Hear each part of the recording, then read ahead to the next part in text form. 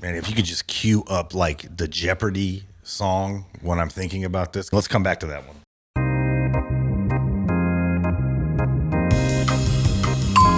Hello, everyone. My name is Andrew Barber. I am the proprietor of Fake Shore Drive. Started in 2007 in Chicago and was a music blog, and now has kind of turned into a number of different things. We still do a little media here and there, but record label, artist management, consulting, events, lots of different things. I had coffee. I have to feed my kids breakfast every morning, but I personally don't have breakfast. You know, one thing that I think I tend to travel with now is a internet like box, like something that I can use to get on the internet anywhere I need to. So if I'm stuck in the airport somewhere, I can always get on Wi-Fi. So it's like a little Wi-Fi box. Like that's my number one thing that I have to have when I travel now. First thing I do when I wake up is probably check my phone, unfortunately, but I would imagine that's everybody's first thing. I do not like the window seat because I have to go to the restroom 100 times on a flight, so I don't like to have to crawl over people, or, you know, I don't mind having to get up and let other people out. I will take the leg room and the availability to walk around and that kind of access to than to sit on the window. I don't care about that. My earliest musical memory is probably Michael Jackson, obviously. You know, he was like the biggest thing on earth at the time. But specifically, if we're talking hip hop, which is the genre that I work in, my first memory, the first rap song that I really remember hearing was Parents Just Don't Understand by DJ Jazzy Jeff and the Fresh Prince. And that was like, okay, I love this. This is something that I want to, you know more about. I was like 7 years old. I was 7 years old when I heard that first rap song. It was that, and it was Nightmare on My Street. Freddy Krueger was really big at that time, and that song was like about, this is another DJ Jazzy Jeff and the Fresh Prince, Will Smith, for the people out there who don't know who that is. It was a song like kind of like spoofing Freddy Krueger at the time, and so it was like a really popular song around Halloween and just in general. Will Smith was one of the first big, I would say, crossover rap artists whose video you would see in like regular rotation on MTV.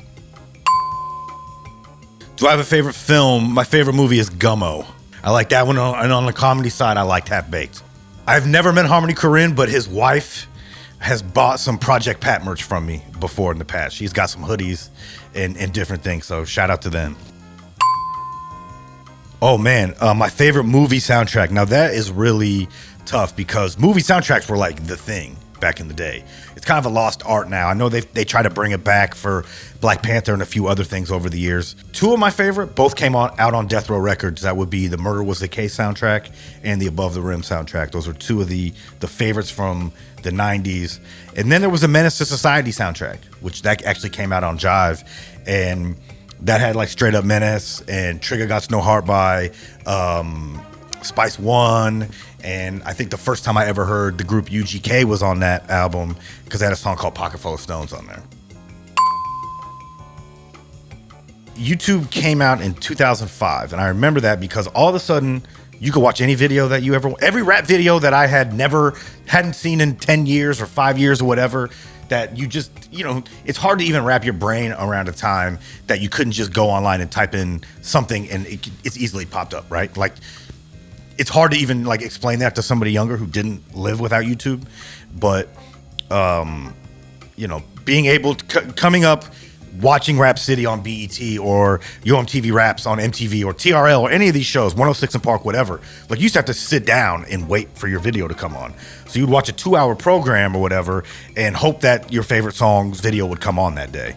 And then you'd never see it again unless it was like a throwback day or something like that. So, if a video came out in 98, I may not have seen it again until 2005. So I was like, this is incredible. Like, how, who's uploading these videos? Who had them taped? Who was able to upload them? And I always just thought like the government should cut people huge checks for whoever was doing that, because that was, that was the Lord's work right there. The last album that I listened to would be the new Mobb Deep album, Infinite. So I've been listening to that. Mobb Deep, one of my favorite groups of all time. The Infamous is a great album. Pitchfork actually just named that the #1 rap album of all time. I know there was some controversy around that, but I'm not gonna say I disagree. I would never argue somebody that picked that, and I think it's a solid pick. So my thing is always like, if you said that Mobb Deep's The Infamous was the best rap album of all time, I would not argue with you on that. It is a great album. So they just put out their new one, rest in peace Prodigy, and shout out to Havoc and Alchemist. They did a great job with it. I'm not a big hotel snob, but I just need something nice and something safe. My small everyday pleasure would have to be just hanging out with my kids. That's the most important thing. Seeing them grow up, seeing them progress, hearing about their day at school. I think as you get older, you want to enjoy every moment, and not take anything for granted. So that's something that I've really tried to do over the past few years, is just live in the moment and enjoy my time with my family, with my friends, and make the most of it. If my life had a theme song, what would it be today? Man, you know what I always used to say, like as a joke, and this would get a rise out of people. It was kind of like half joke, half not. Make 'Em Say by Master P, featuring the No Limit Soldiers. So I'll just roll with that one. Why mess up tradition? I'm a summer guy. A lot of people, that's a controversial take. I didn't realize that. I think a lot of people like fall, especially in Chicago. People, love the fall. I love the fall too, but give me the nice weather. Give me the blue skies and the green grass and the green trees and the pop of color and just being able to be outside. I'm a summer guy for sure. My most used app is probably X, aka Twitter. That was my #1. That's where I built my biggest audience, right? And that's where I probably have spent the most time over the years as far as like building my brand and stuff. It's changed quite a bit over the years, so I'm not as active on it as I used to be. But, it's between that and Instagram for sure. I would want to get stuck in the elevator with Tupac just to be able to say I met Tupac and got stuck in the elevator with him and say that I actually met him in real life. At my office in my house when there's nobody in the house, when I'm home alone and I can fully focus and there's no distraction. Sound of genre that I'm obsessed with right now in music, it's always hip hop for me. Hip hop, rap, alternative hip hop, boom bap, trap, whatever the title that you want to put on a specific genre of hip hop. That's always been my thing. I was never a person that was like, I appreciate all music. I do. I love all music and appreciate it, but I'm not a guy that listens to a ton of genres of stuff. It's really been hip hop, R&B for me mainly throughout my life. I had a lot of really good teachers. Mrs. Wildman, she was my reading teacher in 7th and 8th grade. Like she let me, I was doing video work like early 90s before, it was readily available, learning how to edit videos and do things like that. And then Mrs. Elrod, who was my art teacher throughout high school. I got in a lot of trouble in high school, but she always held me down and made sure that I got my work done. Like art, I was a visual artist at one point in time. I don't really dabble in it anymore, but like that was my thing. And I actually had like a partial scholarship to go to school for doing art, but I was told you can't make money being an artist. And now I look back and say, all right, good luck telling my buddy Hebrew Brantley that. I wish nobody would have told me that you couldn't make money doing art, because you clearly can. It's not the easiest route. It's not the traditional route, but you definitely can do it. A creative risk that I took that completely paid off would be just starting Fake Shore Drive in general. I started that in October of 2007. So we're almost, we're at 18 years now. We're gaining on 20. I just did it on a whim one morning. I'd been going to shows. I'd been meeting people. I'd been actively in the scene. Like nobody knew me. I was really just a fan. And I thought it was crazy that Chicago is this huge market. It's the 3rd largest market in the United States. And it just felt like, despite having these big stars, like the big stars at the time were Kanye, Common, Lupe, and Twista, like despite having like 4 really popular rappers, why does Chicago and the Midwest in general not get that much attention. You think about the Midwest in hip hop, you had, from Bone Thugs and Harmony to Nelly to Eminem. I mean, he's the highest selling rap artist of all time. Yet the Midwest as a region felt always like the most underserved and the most slept on. I know a lot of times people said the South had the biggest issue becoming famous, but Atlanta's been like the hub for over 20 years. It feels like the South has really become a dominant force. And despite the Midwest having so many huge artists, it didn't really feel like that. So I just kind of always felt it was weird that there wasn't more coverage here. So I was going out to events and shows every night, and like the Cool Kids were like a major part of that, like just seeing their rise. And I was like, why is nobody covering this? Like blogs had just started. And, obviously that's why I started a blog, because I was reading all these blogs and I'm like, well, these people that are doing the blogs they don't necessarily know more about music or hip hop or the scene than me. So why can't I do it? Like, I can jump in and kind of cover what's happening in Chicago because I'm on the ground, and somebody needs to cover it. I remember when I started it was just Chicago focused only. And a lot of people laughed at me. They were like, this is not going to work. It's not going to have any longevity because people don't care about Chicago that much. And then, a few years into it, I started covering the Midwest in general. So I was not just covering Chicago. I was covering Detroit. I was covering Cleveland or Indianapolis or Milwaukee or Minnesota. Like, there's so many, St. Louis, there's so many regions or different cities within the Midwest. And I wanted to showcase them as well and give them, shine some light on them. And that's why I started the show on Shade 45. It's called The Drive on Shade 45. It's been on over 10 years, where we program the first hour, and then we have another guest DJ from another city in the Midwest come on and kind of play what's hot in their market. So that was it. My goal is always just kind of put on for the Midwest. What enables me to connect well with somebody?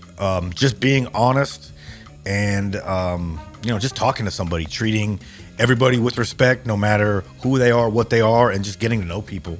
And, not trying to, I know that I have to get business done, right? I have to come in, if I have a job to do, I got to get it done. But like, there's a way to do it, in a fun way or a lighthearted way or a way that, everybody's happy. What's a lesson the music industry told me the hard way? Probably number one, it would be taxes. Filing your own taxes and paying your taxes. Make sure that you pay your taxes and you keep a good record of your 1099s and every dollar that you made, because they will come back and find you. So make sure you pay your taxes, because that's something people don't tell you about in general. Just being an entrepreneur, I went to college and did all this stuff. It's not like anybody ever like explained that to me. So that was kind of like a trial and error. Like, I started my own business, but I didn't know certain things. I mean, and you learn, you pay those late fees or whatever. But, also I think just the music business in general and learning how it works and being able to pivot and change, because, having done this almost 20 years, I could say there was a long stretch where it kind of stayed the same. So my first few years, from maybe 2007 to the first 10 years, it didn't change too much. Technology changed, it got a little better over time, and there became more social media. But then after like 2017, 2018, everything's changing like every 2 years now. It's, we're in the streaming era, and blogs died, and it's all about streamers, and, it's YouTube interviews. It's not written interviews anymore. People engage with content differently. People listen to music differently anymore. And it's not just, if you're doing music, you're not just competing with music anymore. You're competing with everything. You're competing with movies. You're competing with social media. You're competing with memes, so you have to constantly be trying to figure out, okay, what is this next thing that's coming? Can I get out in front of it? And I think a lot of times people get stuck in their ways of what they're doing and don't pivot until it's too late. So really, you have to constantly be evolving and moving in this business and being able to change and being open to change, and understand that, hey, yeah, you might have been cool doing this 10 years ago. That doesn't necessarily mean you're cool now. Like, if you want to really stay in this business and you want to make it a career and not just a quick lick or a quick buck, like, you have to put in the work. There are no shortcuts. Some people might luck up and catch a shortcut, or, something might come easy for them. But the people that I've noticed that stand the test of time in the music business are the people that really built a solid foundation from the ground up and worked hard and did everything that they did and just found like a unique, way to do something. It's a copycat world now because it's the easiest way to get from A to Z, right? Is to see something that's working and kind of like jump on that trend or, mimic what somebody else is doing. But, being original, being true to self, and really just putting in the work and being good to people and, being a person of your word, coming through, doing good work, working hard, and, just being nice. I think that's an underrated thing. It's just being nice and being cool and not being hard to work with. It's really a number of things that I can't even kind of quantify with words. Sometimes I can just look at something and tell it's going to go. And I think maybe that's been one of my key, not to brag, but like people are like, how have you been able to, find this artist or help break this artist, or how did you figure out this person was going to work? And it was just, man, there's a lot of things there that are intangible. And then there's stuff that is this, are they doing something different? Do they have the right look, the right sound? Are things trending in the right way? What worked to break out as an artist 15 years ago was completely different than it is now. I think if you ask anybody now, it's really hard to take an artist from 0 to 20. And maybe it always was, but it just felt easier to kind of break an artist 15, 20 years ago. When I say like 0 to 20, that means like that first entry point in their, like most people now are looking for somebody with some motion, with some movement. I think they always are. But the days of maybe going to an open mic and finding somebody that you really liked, that day is over. Not to say it couldn't happen, because anything can happen, right? And it does sometimes maybe, but really now it's about finding somebody who has some traction. They're getting some motion on whether Instagram or Spotify or Apple Music or whatever. Their YouTube is kind of popping. It's a lot of those things. Do they have the look? Do they have the feel? Do they have the right sound at the right time? Timing is also very important. I think that's an underrated I think two of the things that are underrated or underrepresented when talking about success in the music business is timing and luck. Luck plays a huge part of it, and being somewhere at the right place and the right time does. And then the people that hang around are the people that put in the work and establish a fan base and are good to their fans and build on it and put on a great live performance and have dope merch and have interact with their fans and those type of things. I mean, it's small stuff, but a lot of times that small stuff goes a long way and takes people the longest. Honestly, was just, seeing a void in the market in Chicago. I was going out to all these events every night and meeting people and seeing, this new crop of artists. And this is 07, so this is like the Cool Kids, Mano, Hollywood Holt, Kid Sister, Flostradamus. And then there was other people like Mickey Halstead and Bump J and, even Lupe and Twista and some of these guys who were bigger, Kanye at the time. They were doing cool stuff, and it didn't feel like the national media or the national blogs were really paying attention and didn't necessarily care. I would go to a show from some national act at the House of Blues, and the House of Blues would be half full. They would have some traction online, but if you saw them in real life, it wasn't really translating. But then like somebody like the Cool Kids would have a show, and they would be at a bar, Town Hall Pub, and the line would be down the street and around a corner, and it would be all races, sexes, creeds, whatever, there in line, just looking to have a good time. And I really liked that. I was like, this is cool. I think I could get involved in this and kind of help, at least cover it or try to cover it. And then I started Fake Short Drive then, and just covering what was happening locally, and I kept at it. I think a lot of times, I saw so many people over the years start a blog or some kind of media company or some kind of thing, and if it didn't pop in 3 months, 6 months, a year, they would quit. Most people wouldn't even give it a year. They would give it a few tries. And it's like, it's not just about blowing up overnight. You can blow up overnight, but that doesn't necessarily lead to longevity. That doesn't necessarily guarantee that you're going to stay here. Yeah, you can luck up and something can happen overnight. Something can blow up. But like the people that last are the people that continuously put in the work. And, it took some years to get some traction on Fake Short Drive. Like, it definitely didn't happen overnight. We started in 07 and definitely helped a lot of artists from that time. But then it was like 2012 was when the local scene that I was kind of helping. And I shout out Ty Howard. He was somebody that was, working with me very closely at that time.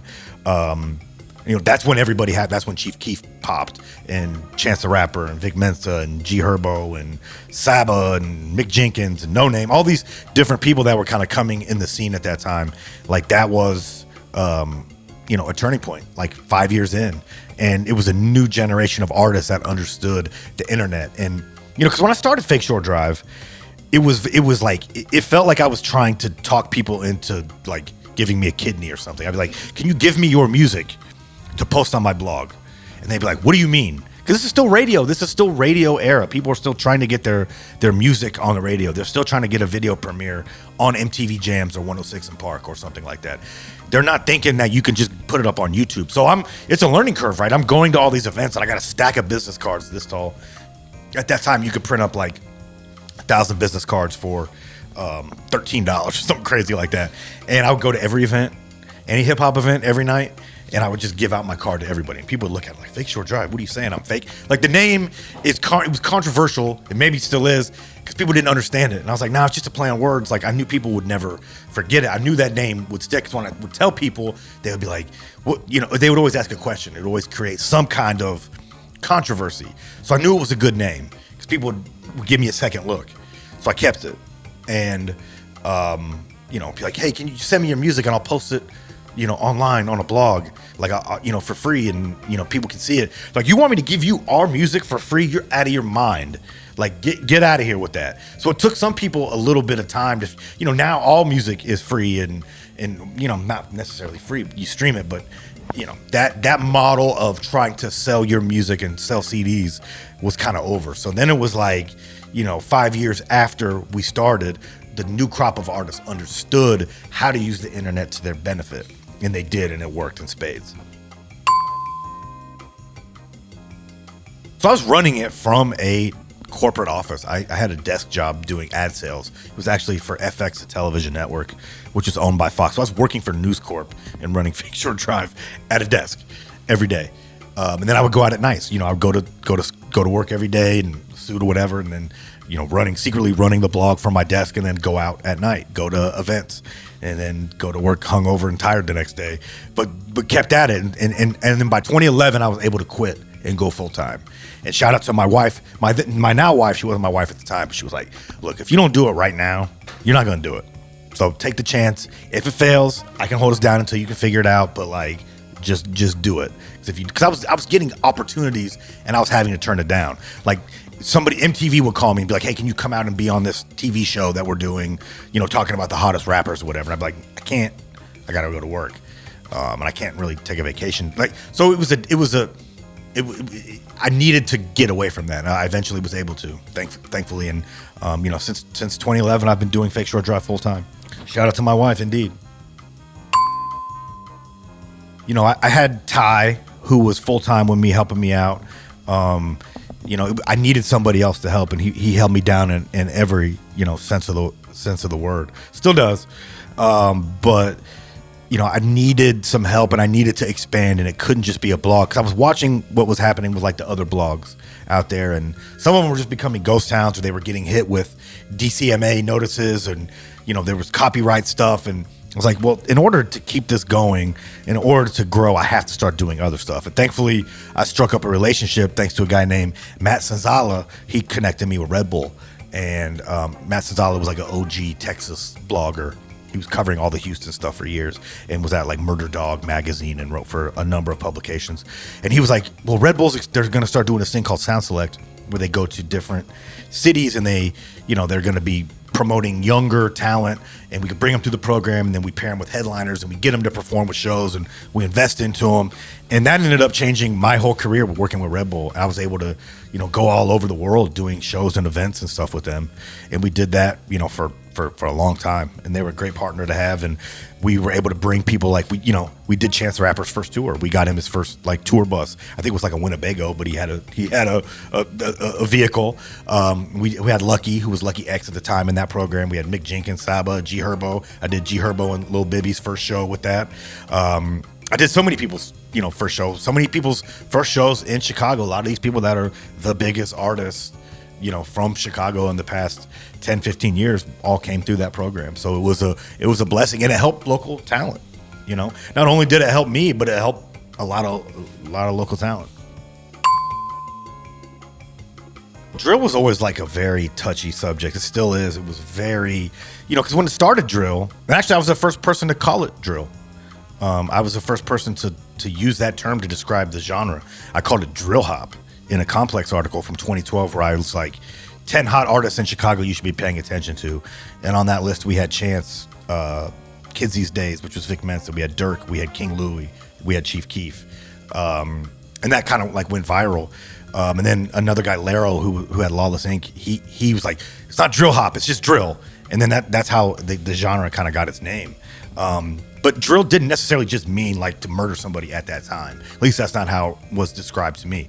But then it just kind of took on a number, a life of its own, and it got really hectic. And it was, I would say when it first started, it was just about the music. It was a really exciting time because I'd never felt that kind of attention, at least since I had been working in it on the city, and it wasn't just drill at the time, it was just the scene in Chicago. Because, you had the Save Money stuff going on at the same time on the opposite side of town. So every label and every person that worked in music was trying to come here and figure out what was in the water. And they were all trying to sign somebody. So it was literally, my phone was just ringing off the hook. Hey, can you connect me with this person? This person wants to do this. This person wants to sign a deal here, this, and this. It was nuts. It was like the craziest time of my career. I've still never seen anything like it. I think, as far as hip hop, I would say you would have to go in eras, right? I mean, there's different songs for different times and different scenes because, there's so many different facets of the city, from I Used to Love Her, which was like, Common's ballad, to not even a ballad, but his dedication to hip hop, where he, spoke about it and as a female. And then Do or Die, Po Pimp. Like, you can't not talk about Po Pimp. I mean, Do or Die is having a huge resurgence right now, and Twist has always been the guy. Twist has always been one of my favorite rappers. And then of course you have Kanye. How could you forget Kanye? Any of his songs, Lupe, Kick Push. I mean, there's so many. And then as you go up, you got I Don't Like by Chief Keef. You got Love Sosa. You've got Kill Shit by G Herbo and Bibby, and then you've got No Problem from Chance. It's hard to define. I think every little pocket needs its own theme song because it would be hard to pick just one. An emerging artist, I think, is up next. I got to shout out 13 Degrees. I am biased because I'm working with him, but he's taken off. And also I want to shout out Bruiser Wolf from Detroit, Michigan, who I also work with, who is one of the best lyricists in the world right now. A couple years ago, or maybe a year and a half ago, I started doing a label and just working with artists that I want to and putting out projects with people, not just from Chicago, but definitely a lot of people from Chicago, but elsewhere as well. And, just doing management for different artists and working with brands. And, we're coming up on the 20th anniversary, so we're going to be doing some special stuff with that. But hopefully more events and, just trying to keep working with cool people who push boundaries and do cool stuff. And man, just, sticking around, staying in the game.